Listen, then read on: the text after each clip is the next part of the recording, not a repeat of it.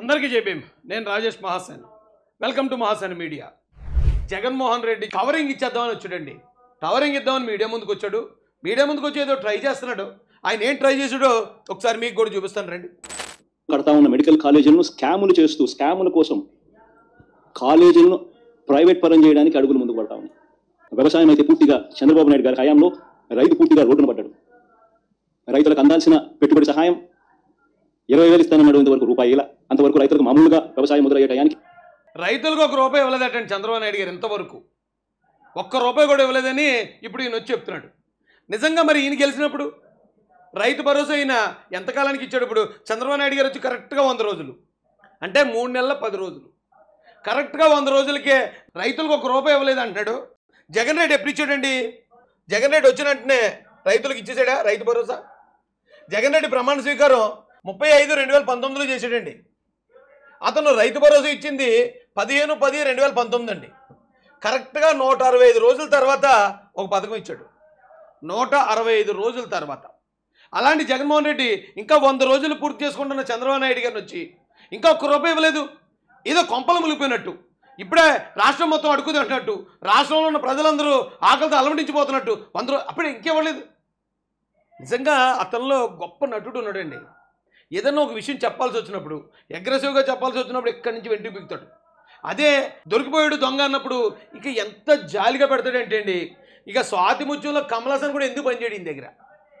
స్వాతి ముత్యం అసలు కమల్ హాసన్ ఆయన కానీ జగన్ గారిని చూస్తే ఆయన యాక్టింగ్ మానేస్తాడు. వాడు అమ్మ నాకన్నా పెద్ద యాక్టర్, వైసీపీ పార్టీ అధ్యక్షుడిగా రాజకీయాల్లో ఉన్నాడు, ఇక నేనేం బిగుతానులే ఇంక సినిమాల్లో అని చెప్పి అతని యాక్టింగ్ కూడా రాజీనామా చేస్తాడండి.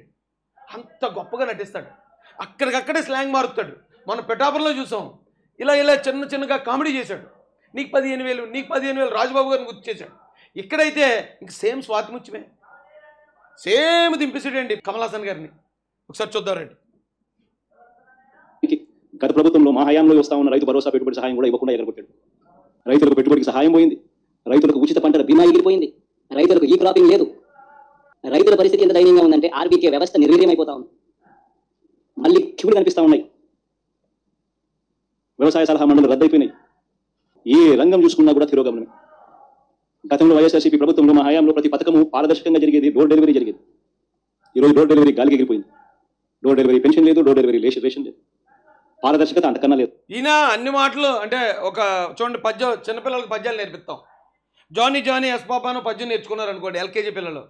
ఎక్కడైనా మన చుట్టాల ఇంటికి వెళ్ళాం అనుకోండి, ఆ చుట్టాల ఇంటికి వెళ్ళినప్పుడు రే పద్యం చెప్పు, ఆ పోయం చెప్పంటే జానీ ఎస్ పాప అని మొదలెడతాడు.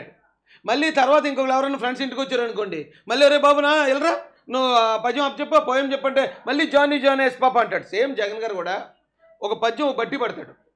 ఇప్పుడు ఈయన మొన్న పిఠాపురంలో ఏదైతే మాట్లాడాడో యాజ్ ఇట్ ఈజ్ అదే మాట్లాడుతున్నాడు. మళ్ళీ సేమ్ క్యాసెట్ మళ్ళీ వేసేస్తాడు. మళ్ళీ ఆ పోయం చిన్నపిల్లాడు పోయం అప్పు చెప్పినట్టు ముందు ఆ పోయం అంతా అప్పు చెప్పేసి అప్పుడు లడ్డు విషయంకి వస్తాడు అనమాట అండి.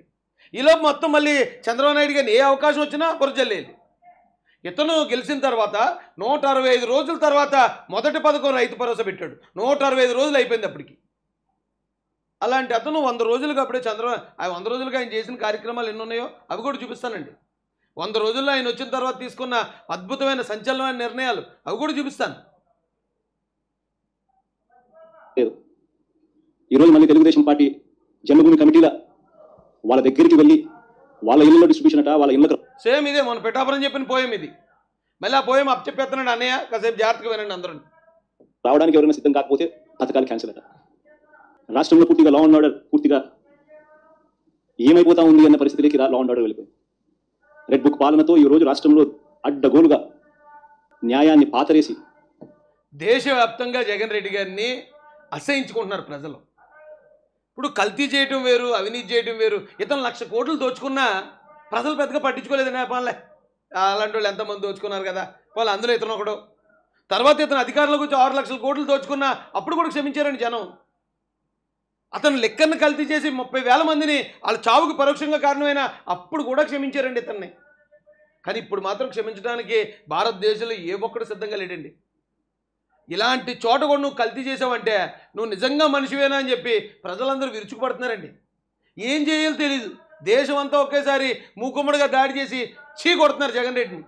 అప్పుడు కూడా వచ్చి ఎంత ధీమాగా కూర్చుని నువ్వు రైతు భరోసా ఇవ్వలేదు, ఇక లా అండ్ ఆర్డర్ లేదు, ఇక రెడ్ బుక్ అస్సలు మామూలు మనుషులకు సాధ్యం కాదండి ఇది. మామూలు మనుషులకు సాధ్యం కాదు. ఓ 10 మంది మనల్ని అపార్థం చేసుకుని తిడుతున్నారంటేనే మనసంతా ఆందోళనగా ఉంటుంది. ఏంట్రా వీళ్ళు ఎలా అనుకుంటున్నారు, వాళ్ళందరినీ ఎలా కన్విన్స్ చేయాలి అని నిజంగా నిద్రపట్టదు. కానీ ఇదేంటంటే దేశం మీడియా అంతా కోడే కూసి దేశంలో ఉన్న ప్రజలు, స్వామీజీలు, మఠాధిపతులు అందరూ వచ్చి తూ అంటూ ఉంటే ఎంత ప్రశాంతంగా ఉన్నాడండి. బా ఎక్కడ వస్తుందండి బాబు అలాగా ఆ విల్ పవర్.